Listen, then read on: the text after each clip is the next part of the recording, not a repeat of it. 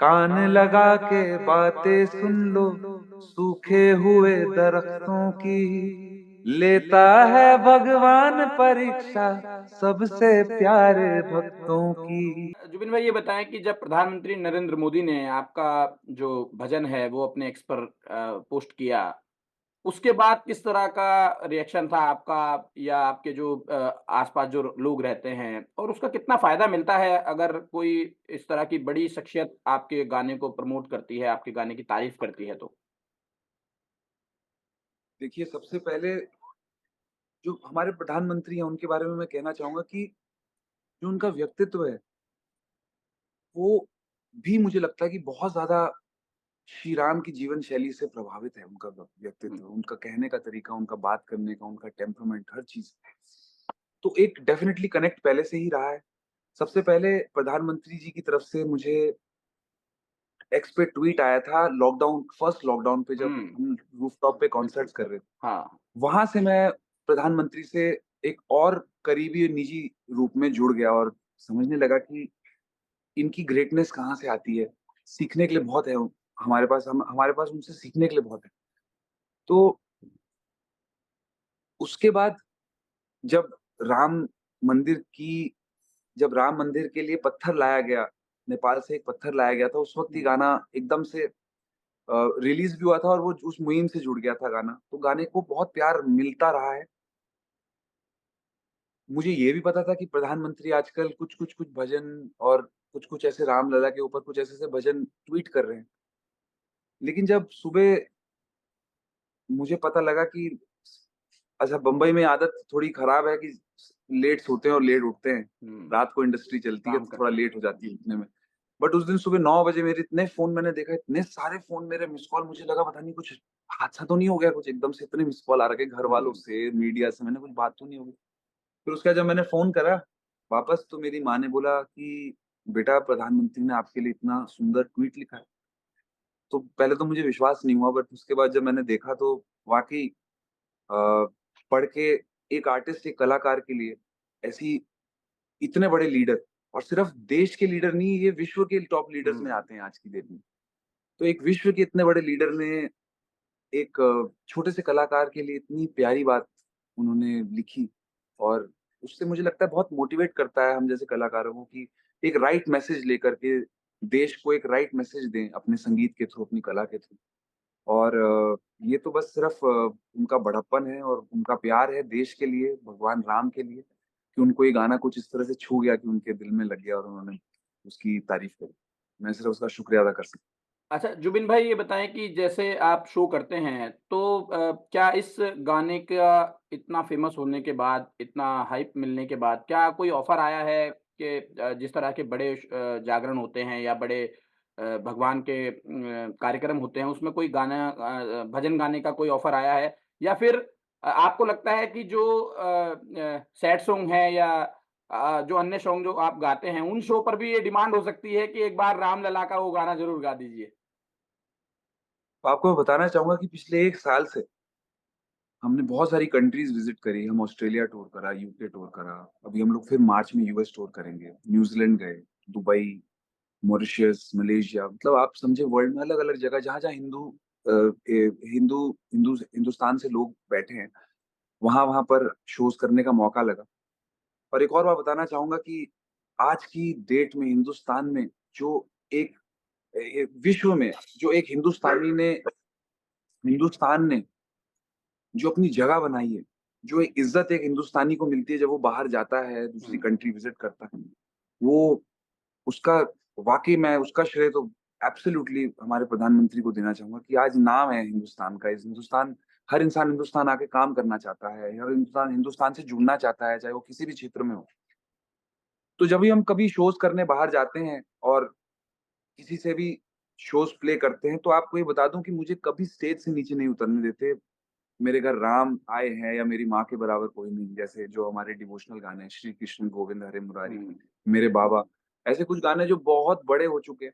एक टाइम था सिर्फ़ बॉलीवुड के गाने, नॉन फ़िल्म गाने, प्यार के गाने, सैड सॉन्ग, डांस सॉन्ग यही इतने बड़े होते थे हुँ, बट आज एक ऐसा ऐसा माहौल हुआ है देश में कि सब अ, सब राममय हो रखे हैं, सब भक्ति में लीन हैं आजकल। देश के जो सबसे बड़े गाने हैं, वो भक्ति के गाने हैं और उसमें उत्तराखंड का एक बेटा भी है जो उसके ऊपर काम कर रहा है और इस बात के लिए मुझे बहुत खुद पे मुझे बहुत गर्व होता जुनैद भाई मैं अभी सुन रहा था एक और आपका गाना है, हालाँकि वो अभी आउट नहीं हुआ है पूरी तरह से उसका है धर्म की शिला पर नया युग का निर्माण। है। जी, आप क्या बात उसमें अभी शिला की भी बात हो रही थी, तो 2 लाइन हमारे दर्शकों को उस भजन की भी आप सुनाएँ ताकि जिस तरह से ये गाना मेरे घर राम आए हैं रिकॉर्ड तोड़ रहा है और मुझे लगता है कि इसके जो शब्द हैं, ये बहुत खूबसूरत शब्द, बहुत सुंदर शब्द हैं जिसने भी ये लिखे हैं। देखिए, बताना चाहूँगा आपको कि इस धर्म की शिला पे जो गाना है, आ रहे भगवान इस गाने का नाम है। इस गाने को भी उत्तराखंड की बेटी है, प्राची चंद्रा जी, हुँ। डॉक्टर हैं और उन्होंने इस गाने को लिखा है। ये उनकी पोएट्री उन्होंने लिखी थी, फिर जब उन्होंने पोएट्री मुझे सुनाई, मुझे पसंद आई और मैंने निर्णय किया कि इस पर एक गाने बनाने की कोशिश करेंगे। बहुत पहले गाना बनाना शुरू करा बट वक़्त लगता है हर चीज़ बनने में। तो इस गाने के लिए भी मैं आपके लिए 2 लाइनें गाना चाहूँगा। धर्म की शिला पर नए युग का निर्माण है। देश का नहीं ये सारे विश्व का कल्याण है।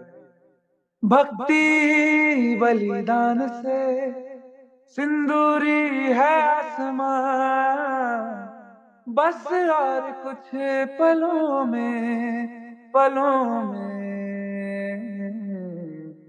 आ रहे श्री राम हैं, आ रहे श्री राम हैं, आ रहे भगवान हैं, आ रहे श्री राम हैं। Thank you. जुबिन भाई मैं आपसे ये भी जानना चाहूँगा कि कल जब अयोध्या में आप भजन गा रहे थे, तो मैंने देखा आप राम भद्राचार्य की तरफ गए और उन्होंने भी आपको गले से लगाया। वो सब दृश्य देख कर के कि चूँकि आप वहाँ पर ना केवल राम लला के दर्शन करके आए हैं, बल्कि इतनी संगत को आप मंत्रमुग्ध करके आए हैं। तो घर पर किस तरह का माहौल था? चूँकि अब तक तो रंग-बिरंगी लाइटों में माँ जी ने या पिताजी ने आपको देखा है और मैं देखता हूँ आपके तो जी, म माता-पिता बड़े धार्मिक प्रवृत्ति के हैं और आप खुद हनोल देवता जाते हैं, आप वहाँ पर ढोलक और हारमोनियम के साथ भजन गा लेते हैं। तो कल जब आप जी, जी, बिल्कुल। साधु संतों के बीच में वो परफ़ॉर्म कर रहे थे, तो क्या मम्मी का या पिताजी का क्या रिएक्शन था उन सब चीज़ों को देख कर के? उनको उनको लगा कि उन्हें भी अयोध्या जाना है या दर्शन कराने ले जाएँगे आप उन्हें? मेरे माता-पिता ने बोला कि बेटा तुमने बहुत सारे बड़े-बड़े गाने गाए हैं हुँ, अपने जीवन में और आगे भी तुम बहुत बड़े-बड़े फ़िल्मों के बड़े-बड़े गाने गाओगे। लेकिन ये जो आपने गाना गाया है भगवान राम के लिए, ये आपके जीवन का एक बहुत ही इम्पोर्टेंट सॉन्ग बन गया है। ये गाना अमर हो गया है। इस हुँ, गाने के साथ आपकी आवाज़ अमर होगी। जब भगवान राम के ऊपर कभी भी कुछ भी त्योहार मनाया जाएगा, तो हुँ, कहीं न कहीं ये गाना ज़रूर देश में सुनने को मिलेगा। इसको गाने को पूरा देश ने खुले हाथों से इस गाने को अपनाया है, अपना बनाया है और वो बहुत ज़्यादा गर्वित है। मतलब इतना ज़्यादा प्यार मुझे कभी किसी और गाने के लिए नहीं मिला।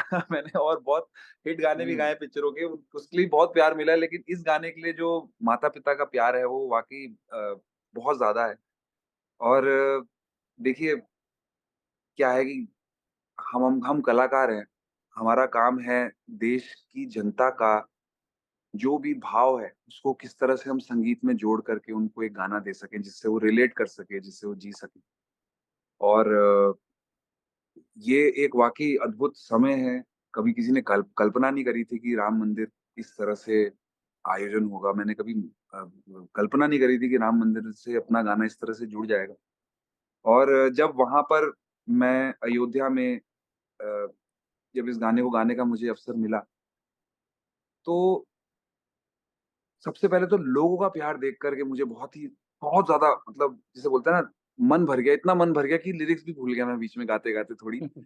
क्योंकि इतना प्यार, इतने सारे सिद्ध पुरुष थे उस वक़्त मंच पर, इतनी भक्ति का माहौल था और उसमें मतलब जिसे बोलते हैं ना भगवान आशीर्वाद देके चले गए उस वक़्त कि हुँ, गाने के लिए।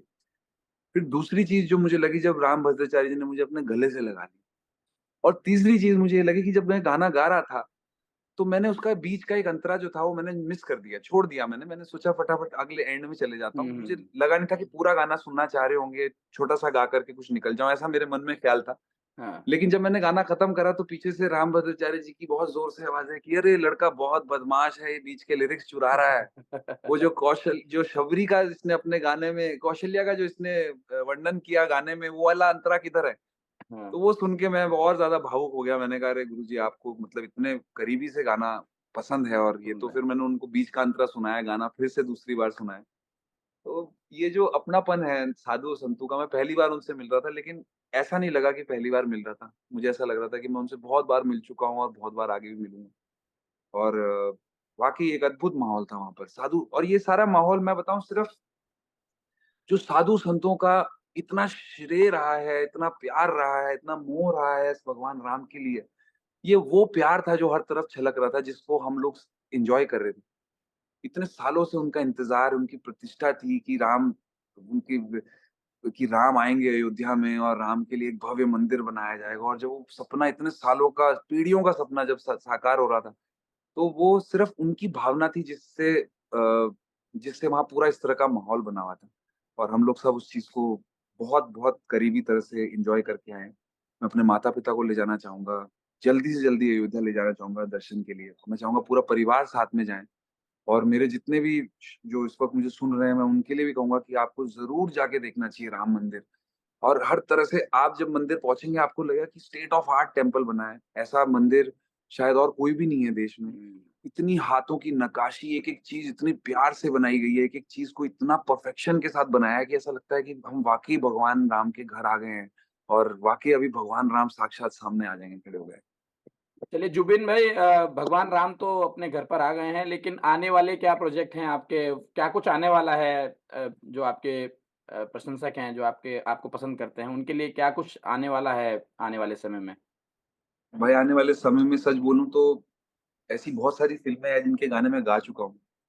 और मेरे ख़्याल हर दूसरी पिक्चर में आपको कहीं न कहीं कुछ न कुछ मेरे गाने सुनाई देंगे, चाहे इंडिपेंडेंट हो, चाहे फ़िल्मों के गाने हों। और बहुत अच्छे-अच्छे गाने कुछ आने वाले हैं। अभी एक फ़िल्म है 370, हुँ। उसमें एक बहुत खूबसूरत गाना है जो शाश्वत सचदेवा ने कंपोज़ करा है और कुमार पाजी ने लिखा है गाना। वो गाना मेरे ख़्याल बहुत जल्दी रिलीज़ होएगा।